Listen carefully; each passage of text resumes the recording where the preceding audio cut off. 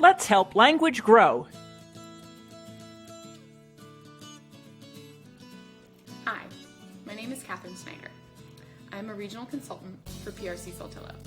I support both PRC and Saltillo products in the New York City area, including Long Island and southwestern Connecticut. There are lots of different ways we can teach core language at home. Here are a few ways we can practice fast and slow during our daily routines. One of the ways we can pass the time while we're washing our hands is talking about if we're scrubbing our hands fast or if we're scrubbing our hands slow. I like to start rubbing my hands fast. When I do it fast, lots of bubbles come out. Fast. Now it's time to go slow.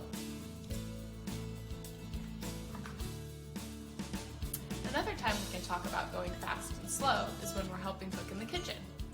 In this example, if I'm making a smoothie, I can talk about how I like to put the ingredients in slowly. When I'm pouring the milk, I need to go slow.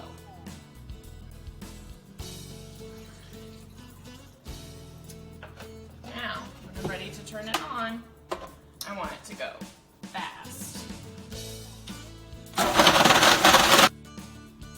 Another way we can practice going fast and slow is by putting our toys away really fast or really slow. I like to put all my toys away fast. Fast. Except for my turtle. My turtle likes to go slow. Slow.